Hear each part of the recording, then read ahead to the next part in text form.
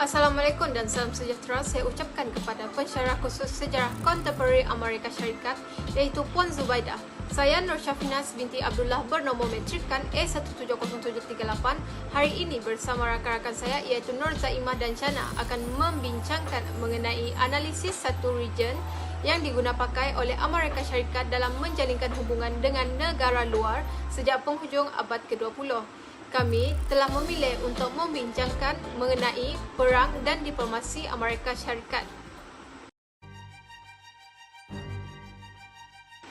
Baiklah, saya akan menerangkan serba sedikit mengenai Amerika Syarikat. Amerika Syarikat merupakan sebuah negara yang mengamalkan pemerintahan Republik Demokratik yang terdiri daripada 50 buah negara dan sebuah wilayah persekutuan.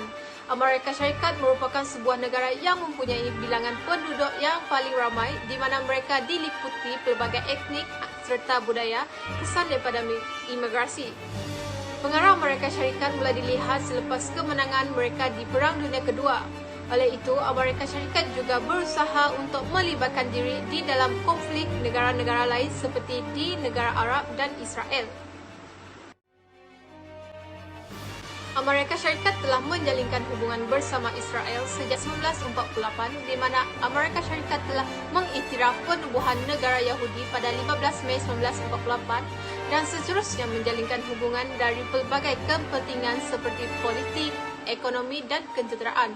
Begitu juga dengan hubungan bersama Arab Saudi yang menjalinkan hubungan bersama Amerika Syarikat. Penglibatan hubungan kedua-dua negara ini adalah disebabkan terdapat kepentingan bersama. Seperti yang kita tahu, ketenteraan merupakan istilah yang berasal daripada Latin iaitu militas yang melibatkan tentera dan perang. Manakala diplomasi pula membawa erti kepada satu hubungan rasmi di antara sebuah negara dengan negara lain bagi tujuan membentuk kerjasama di dalam pelbagai bidang. Oleh itu, di dalam video ini akan menjelaskan mengenai hubungan Amerika Syarikat dengan negara luar dari segi ketenteraan serta diplomasi.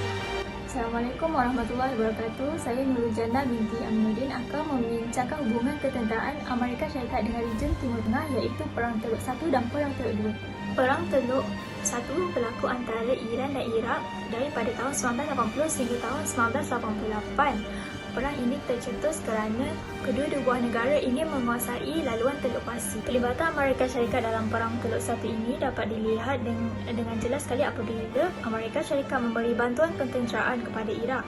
Bantuan ini termasuklah tentera, perisik, senjata api dan lain-lain.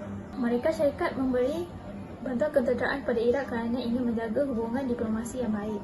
Perang ini akhirnya telah berpihak kepada Iraq pada tahun 1988 dan di atas bantuan Amerika Syarikat.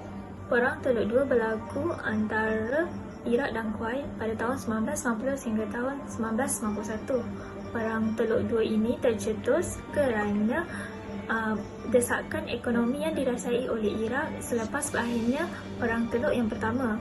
Keengganan Arab Saudi dan Kuwait untuk memberi bantuan ekonomi kepada Iraq telah menyebabkan Iraq mulai menyerang Kuwait. Pelibatan Amerika Syarikat dalam Perang Teluk kedua ini bukan lagi berpihak pada Iraq, malah berpihak kepada Kuwait kerana Kuwait merupakan pengeluar terbesar minyak bagi Amerika Syarikat. Perang ini telah berakhir pada 28 Februari 1991 apabila George Bush telah mengumumkan untuk menghentikan serangan terhadap Iraq. Baiklah, saya akan menjelaskan mengenai Israel.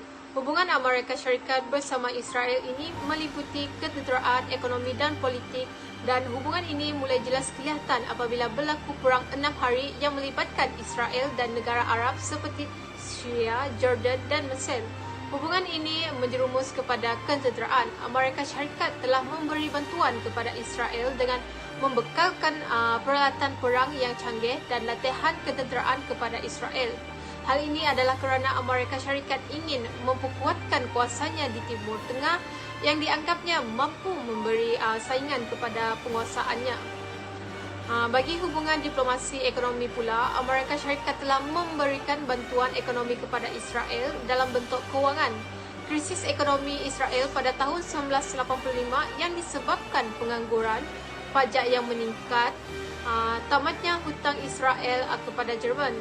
Amerika Syarikat telah menyalurkan bantuan sebanyak 400 juta bagi pembinaan rumah bangsa Yahudi yang berimigrasi dari Rusia dan Ethiopia. Situasi ini menunjukkan win-win solution kerana kepentingan Amerika Syarikat terhadap Timur Tengah dan pihak Israel dapat memperbaiki ekonominya. Seterusnya, hubungan diplomasi ini dari segi politik. Hubungan Amerika Syarikat dan Israel begitu erat kerana pengaruh Zionis. Hal ini adalah kerana lembaga-lembaga Zionis Amerika Syarikat menguasai sebanyak 250 hingga 300 suara Kongres di dalam parlimen. Mereka mampu memberi pengaruh terhadap keputusan pemilihan Presiden Amerika Syarikat. Di samping itu, Amerika Syarikat ingin melindungi hegemoninya. Amerika Syarikat ingin mengimbangi kuasa dunia selepas kekalahan Rusia sebagai kuasa besar dunia. Analisis ini menunjukkan bahawa dengan adanya hubungan diplomasi ini dari segi ekonomi, ketenteraan dan politik, mereka dapat mencapai keinginan masing-masing. Assalamualaikum dan salam sejahtera. Nama saya Siti Nozaimah binti Lali A169798. Saya akan meneruskan pembentangan dan saya akan membentangkan mengenai hubungan diplomasi Amerika Syarikat dengan Arab. Hubungan diplomasi Amerika dengan Arab telah berlaku sekian lama, iaitu pada tahun 1933.